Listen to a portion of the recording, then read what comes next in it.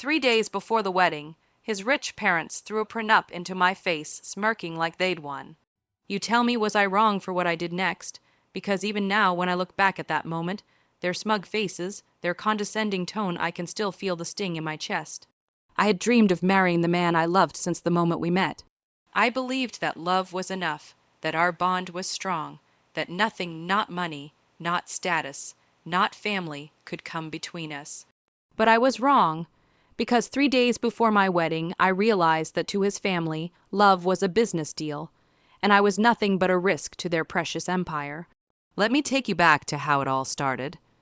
I met Daniel 4 years ago at a charity event I had volunteered at.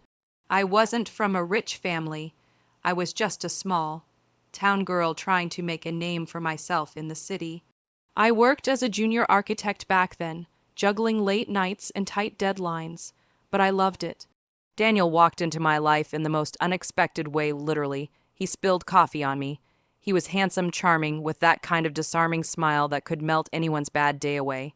He apologized, insisted on buying me another drink, and before I knew it, we were talking for hours. He told me he worked in finance, that his parents owned several businesses, but he never flaunted it. He was down to earth, funny, and kind. Over the next few months, our connection deepened. He'd surprise me with home-cooked dinners, take me to small art galleries, and treat me like I was the most important person in his world. I didn't care that he came from money. He made me feel seen and loved for who I was. Eventually, I met his parents. That's when things started to change. The first time I met Mr. and Mrs. Montgomery, I was terrified but excited. I'd heard about their wealth, old money, generational, the kind that drips from their name alone. They lived in an estate that looked like something out of a movie. When I stepped into their marble-floored foyer, I felt completely out of place in my simple dress. Mrs. Montgomery's eyes scanned me from head to toe, her lips curling into the faintest polite smile, while her husband shook my hand with a stiffness that felt rehearsed. Dinner that night was excruciating. They asked me about my background, my job, my family, but not in a kind, curious way. It was more like an interrogation, as if they were trying to calculate my worth. When I mentioned that my father had passed away and my mother ran a small bakery, I saw their eyes exchange a look. It wasn't pity, it was judgment. After that night, I told Daniel that his parents didn't like me. He brushed it off, saying, "They're just old-fashioned, babe. Give them time." Time didn't help. Every visit afterward was a reminder that I wasn't one of them. They'd make little comments about how difficult it must be to adjust to our lifestyle, or how lucky you are to be marrying into stability. Once Mrs. Montgomery even suggested that I should consider leaving my job after marriage, because a wife's duty is to support her husband. I smiled through gritted teeth, trying not to explode. Daniel saw it too, but he never truly confronted them.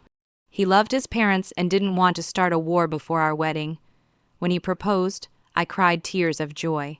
He did it during a sunset picnic by the lake where we had our first date.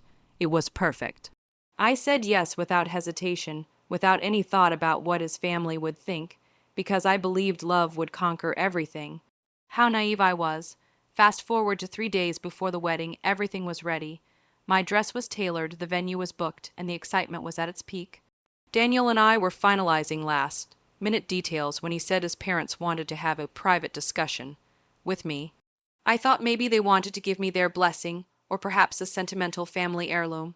But the moment I stepped into their mansion study, I knew something was off. They were both sitting there, dressed impeccably, with a stack of papers neatly placed on the desk between them. Mr. Montgomery didn't even waste time on small talk.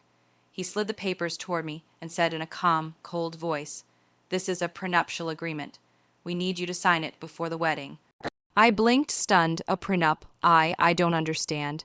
Mrs. Montgomery leaned forward, her perfectly manicured fingers tapping on the paper. "It's standard procedure, dear. Our family has assets and legacies that need protection. Surely you understand that love doesn't mean mixing finances irresponsibly." Her words stung. The way she said dear felt venomous, condescending. I asked if Daniel knew about it. She smiled a slow, satisfied smile and said, "He's aware, but he left the decision to us." After all, we only want what's best for him. My heart dropped. They were lying, or at least twisting the truth.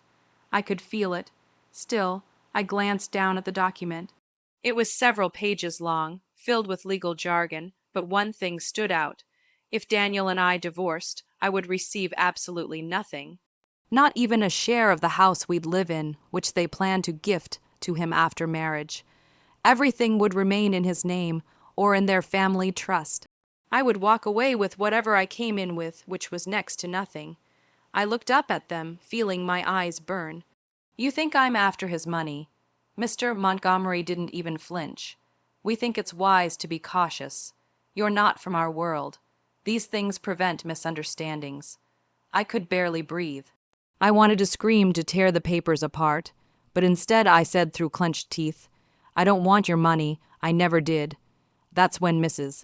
Montgomery smirked that cruel, smug expression I'll never forget and said, then signing it shouldn't be a problem. I left their house in tears, shaking, my heart pounding in my chest. Stepping in, my mind racing. When he opened the door, I was furious. Why didn't you tell me about the prenup? I demanded. His face fell, he sighed, running a hand through his hair. I was going to, but I didn't think they'd actually go through with it. I thought it was just talk. So you knew? I shouted. You knew they didn't trust me, and you let them ambush me like that. He tried to calm me down, saying, Babe, please, it's just paperwork. It doesn't mean anything. I'll talk to them, okay. But to me, it meant everything. It meant that even after 4 years together, after all the love we shared, they still saw me as some gold digger trying to climb her way into their fortune. That night, I couldn't sleep. I stared at the ceiling, replaying every moment, every insult, every fake smile, every time Daniel stayed silent instead of standing up for me. The next morning, Daniel called and said his parents wanted to meet again. I didn't want to go, but I needed closure. When I arrived, they were waiting with the same papers, the same smirks. Daniel was there too, looking miserable but saying nothing. So, have you had time to think? Mr. Montgomery asked, like this was a business negotiation. Yes, I said, my voice shaking but firm. I've thought about it a lot. Mrs. Montgomery leaned back in her chair, and I smiled, a calm, eerie smile that even surprised me. And I realized I don't want to marry into a family that doesn't respect me. So no, I won't sign and I won't marry your son. The room went silent. Daniel's head shot up, his face pale. Wait, what? I turned to him, tears welling up in my eyes. Daniel, I love you. I really do. But love can't survive without trust. Your parents don't trust me, and you didn't defend me. I can't walk into a marriage where I already feel like an outsider. He tried to grab my hand, but I pulled away. Mrs. Montgomery scoffed. You're making a mistake, dear. Women like you don't get second chances like this. I looked her dead in the eyes. You're right, women like me don't get second chances, we make our own. And I walked out. So that's the situation I was in, and I had to make a choice. Walk away from the man I loved or sacrifice my self-respect to please his family. Before I tell you what happened next, I want you to pause for a moment. What would you have done if you were me? Would you sign the prenup and go through with the wedding? Or would you walk away like I did? Comment below, because I genuinely want to know. Anyway, after I left, the news spread quickly. My friends called, my mother cried, and Daniel kept texting, begging me to reconsider. He said he'd cut ties with his parents, if that's what it took. But I needed to know if he really meant it. So I told him to prove it to stand up for me publicly, not just in private texts. 2 days later, he showed up at my apartment. He looked broken, like he hadn't slept. He told me he confronted his parents, that he told them he loved me and didn't care about the money. But when he refused to make me sign, they threatened to cut him off completely. They said he'd lose his inheritance, his job, everything. I asked him what he said to that, and he looked at me with those sad, tired eyes and said, I told them I couldn't do that to you. He walked away from his fortune for me. I couldn't believe it. I cried, hugged him, and told him that's all I ever wanted, for him to choose us. We didn't get married that weekend. We postponed everything, canceled the big venue, and had a small ceremony 6 months later. Just us, close friends, and my mom. His parents didn't come, of course. They sent a short, formal letter wishing him the best in his new life. It wasn't easy after that. Daniel had to rebuild from scratch. He found a new job, we rented a small apartment, and I kept working as an architect. But you know what? We were happy, genuinely happy. For the first time, we built something that was truly ours, not bought, not inherited, but earned together. A year later, Daniel's father had a health scare. We went to visit him, and for the first time, his mother looked at me with something that almost resembled respect. She said quietly, "You proved me wrong." It wasn't an apology, but it was close enough.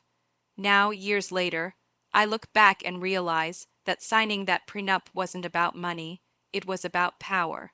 They wanted to remind me that I didn't belong, that I'd always be beneath them, but I refused to let them define my worth. So tell me, was I wrong to walk away when I did?